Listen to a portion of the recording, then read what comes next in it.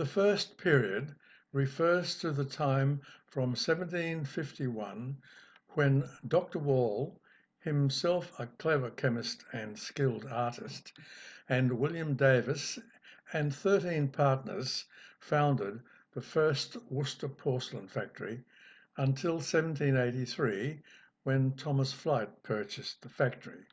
Porcelains made during this time are usually referred to as Dr. Wall Worcester porcelains. The word porcelain comes from the Italian porcellana, the white cowrie shell. The white translucent porcelain resembles the lustrous transparency and shiny white surface of these shells.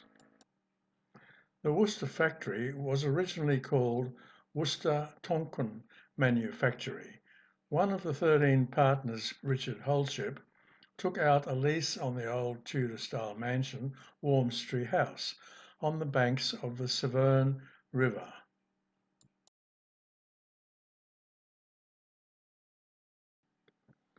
There needs to be some mention here of the Lund's Bristol Works, which had been a rival factory until it was acquired soon after in 1752. This short-lived factory was started in Bristol by Benjamin Lund and William Miller in 1749, following the granting of a license to Lund to mine soap rock in Cornwall. The wares produced using this soapy type of rock were painted with underglaze blue and decorated in the chinoiserie style, although some were left in the white. The painting was usually slightly blurred and sometimes had images which will have 3 dots in the landscape. Kiln failures and undercapitalization probably led to the demise of the factory. The factory came under notice of Richard Holship, one of the partners of the newly formed Worcester factory, in 1752, and he arranged to take over Lund's license for the mining of soap rock. Holship was instrumental in Worcester acquiring the factory's stock, utensils and effects, and also the services of Lund and probably some of his other workers. And briefly, on the rest of this slide, Worcester opens its first showroom in Aldersgate Street, London. Printmaker Robert Hancock joins the Worcester factory. He later becomes a director. James Giles decorates Worcester porcelain in his London workshop. Worcester opens an exhibition room in Spring Gardens, Charing Cross. Painters from Chelsea migrate to Worcester. In 1770, Worcester produces the first dinner service for the Duke of Gloucester. 1774, Dr. Wall retires, leaving William Davis as the manager of the factory. 1776, Dr. Wall dies. The factory continues after Davis's death in 1783, and the Worcester factory is purchased in 1783 by Thomas Flight, Worcester's London agent. Here is the formula for soapstone porcelain. At this point, I would like to say something about English porcelains of this period, the soft paste porcelains. They can be loosely called glassy, soapy, or bony. Glassy porcelain bodies or pastes contain a mixture of clays and fritted glass. Fritted glass is made by pouring malt glass into water where it shatters, and it is then ground into a powder. Soapy porcelain bodies are formulated using a substantial amount of soapstone or steatite, magnesium silicate as it is correctly called. Bony porcelains, on the other hand, contain a large amount of calcium phosphate or bone ash, produced by the calcination of bones. It is generally thought that Lund and Miller had formulated a satisfactory soapy body, and Dr. Wall had acquired this along with the purchase of the Lund factory. Presumably, this formula may have been changed, altered, adjusted, or improved over the period, but its main important characteristic when fired and glazed was its resistance to thermal shock. and that is why Worcester teapots were very, very popular, because they didn't crack when boiling water was poured into them. Here is a list of the many different types of wares that were made at Worcester. It is not conclusive. Methods of manufacture. Throwing on the wheel was one of the main forms of making ceramic wares at the Worcester factory. Bowls, cups, mugs and vases would have been produced this way. Two types of moulds were commonly used for making plates and bowls.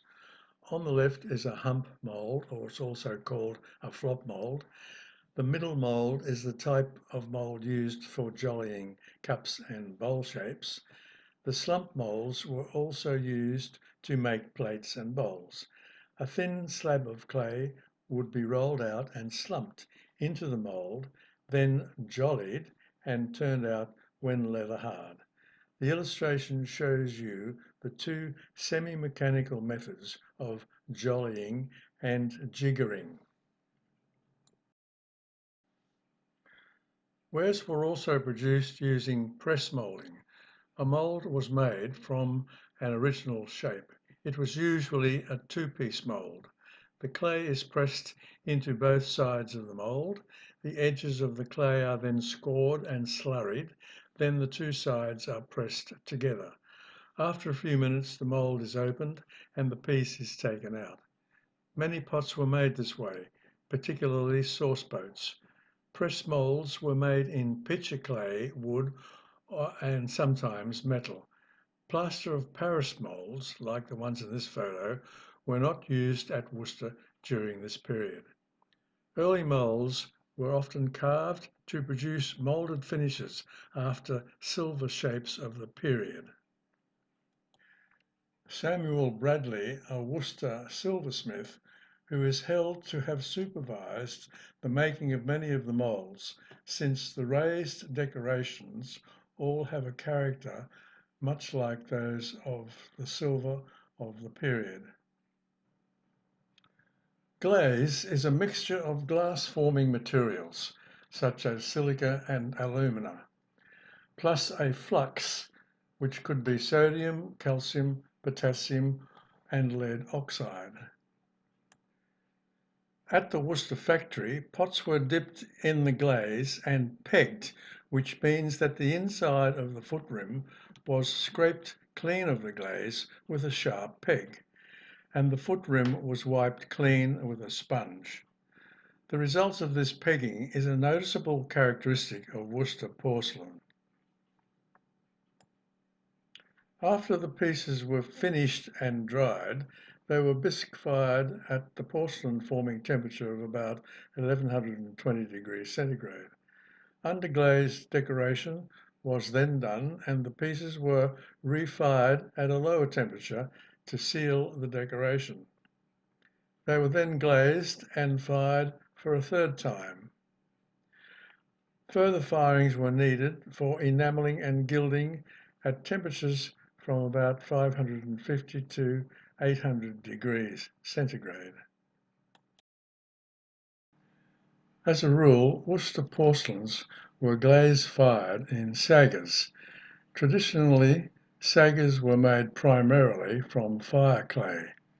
Saggers have been used to protect or safeguard the wares from open flame, smoke, gases, and particularly kiln debris. It is not certain how many kilns were in use at the Worcester factory. Kilns were of two types known to be in use in the 18th century, the bottle kiln and the hovel kiln. Both were basic updraft kilns. Fuel was coal, and by observation of the colour in the kiln master could quite reliably determine the temperature of the firing and establish when the firing had reached maturity. Worcester porcelains were decorated in several ways.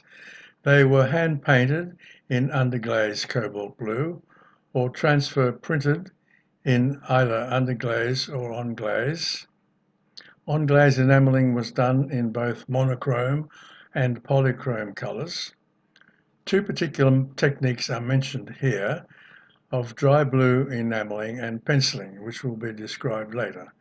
And the wares were further elaborately embellished by gilding. Different types of brushes were used in hand painting as seen here. The banding brush, the round decorating brush, the flat decorating brush, and a brush for very fine line work. Now let's talk about hand-painted underglaze blue wares. Here are two examples of early Bristol wares. These were all painted in underglaze blue. The one on the right is by the 3-dot painter, who always left 3 dots in several places on the pot. These are cornucopia, or wall vases, showing two different moulded shapes, and the underglaze decoration is of floral designs. These were popular in the early days. There were many different patterns created for the Worcester wares. This one is called the bat pattern. You can see the little bat there. Maybe a copy of a Chinese original.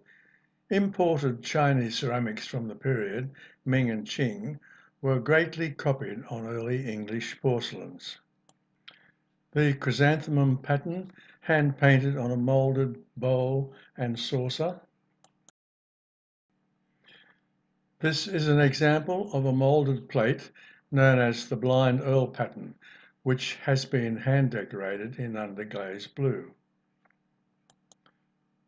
Bird in a ring. The rock lily pattern. The prunus root pattern. And the landslip pattern. The cannonball pattern on this delightful tea bowl and saucer, fruit and wreath pattern on a tea caddy which doesn't have its lid, and the vase is hand painted with a floral decoration. In the inside of this sauce boat is the full moon pattern, and here is a delightful Chinese inspired pattern called the gardener. Worcester painters also copied patterns from the imported Meissen porcelain of the period. A well-known pattern seen here is the Immortelle. It has been used on many other factory porcelains, particularly Meissen and Royal Copenhagen. A very common pattern, the Mansfield pattern, appears on much Worcester porcelain. There may be up to 100 different patterns recorded on Worcester porcelains, and it is of course impossible to show them all.